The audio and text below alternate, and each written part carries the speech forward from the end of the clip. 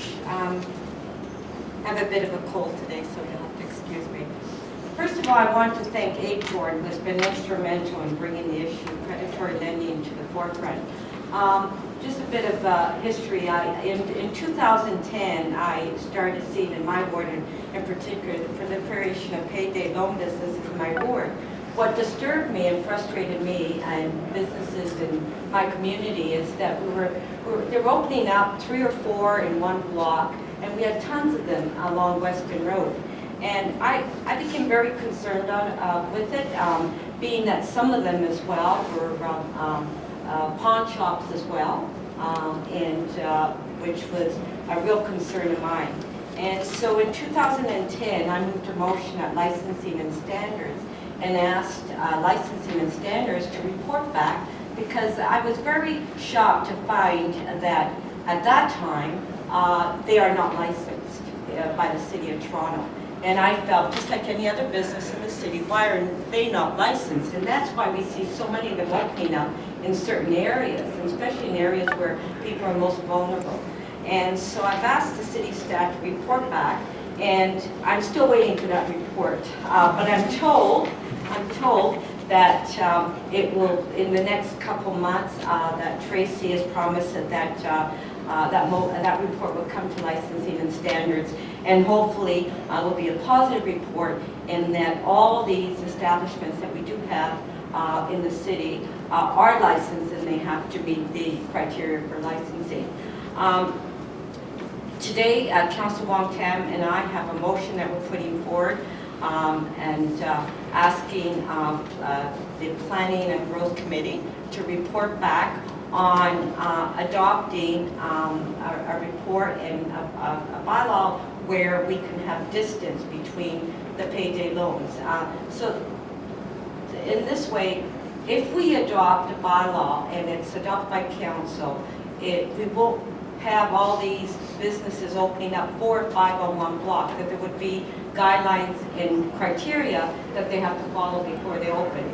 Hopefully, the reason for that is that we can stop the number that are opening, and we can close some of them down as well, and there's also enforcement. And I think it's really important to the community and the businesses in some of the areas that are suffering, that we as a municipality come forward and take the first step. I know that we have been working with our provincial member of parliament and our federal member of parliament, and the province is also reviewing the existing legislation on payday loans, and I know the federal government is as well. So I'm hoping that the City of Toronto could take the lead on it.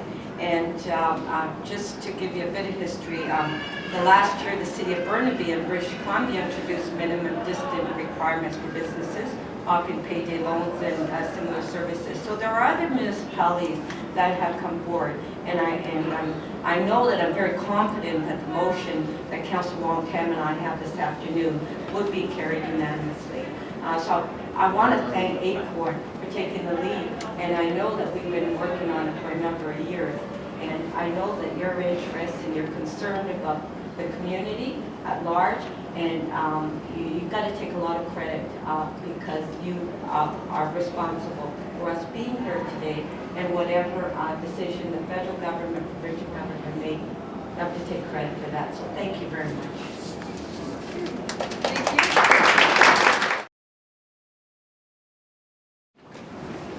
Thank you very much, Natalie, and thank you to the members of ACORN for your extraordinary leadership and what brought us here today. Councillor Nunzia, as you have all now become aware, has been an instrumental force and leader on this particular issue for some time at City Council. The reason we have to do this at Toronto City Council is because we recognize that there is a problem with the way the payday loan lenders are regulated. And at this point in time, we are going to do everything we can under the municipal purview, which is oftentimes land-based and license-based with respect to businesses, so that we can try to put some some controls on what seems to be a predatory practice. It's no coincidence that you have a clustering effect of payday lenders in low-income neighborhoods where the median income is on average lower than the rest of the city of Toronto, and they're happening in neighborhoods that are already vulnerable, where people are already living from check to check, and they're really trying to get ahead, but they can't, simply because this is a very expensive city and they need to find a way to make ends meet. And what is happening is that they're literally moving every few meters to try to find a way to advance their paychecks so they can put food on the table, pay for TTC fares, get their kids to school, provide childcare, and if we don't put some controls on the clustering effect of the payday loan companies, then we're going to be part of the problem, which puts people into further debt and creates insolvency. And I think it's very important for us to note that City Council needs to take action. We're not a leader in this particular issue. We have now heard that cities across Canada have already taken leadership, so it's long overdue for the City of Toronto to do exactly the same thing. We have an obligation to keep our residents safe, to help build healthy, inclusive neighborhoods, and we have an obligation to do everything we can to ask the province to do everything they can to ensure that they can close the gaps in any of the provincial legislations that they have to make sure that there is no ability for these companies to expand without better and tighter regulations. If you apply for a loan today and you walk through a financial institution, one of the top 5 banks or any of the other credible financial institutions, co-ops and credit unions, the terms and conditions of your loan are very clear. When it comes to financial transparency with these particular types of companies, whether it's cash for go, whether it's title lenders or installment pay lenders, they are not clear. And there's a lot of fine print in there that befogs even the most financially literate. So when people who are already vulnerable are further preyed upon, this becomes a bigger and harsher financial punishment for them than someone who actually can skip a paycheck or two and still be able to make ends meet. So it's absolutely crucial that City Council takes action now and make sure that the regulations are there to protect our communities and our neighborhoods, and to ensure that moving forward that those payday lenders are going to come into compliance, and we'll do everything we can within the municipal purview to do just that. Thank you very much.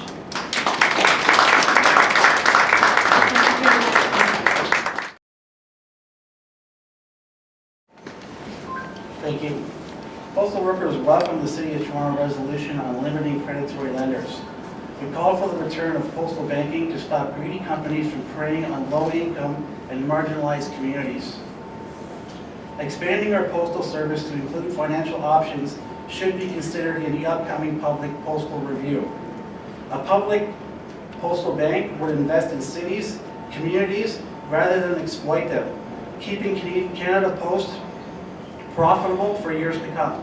I'd also like to thank Councillor Wong-Tam and Councillor Nunzia and ACORN for this resolution. Thank you.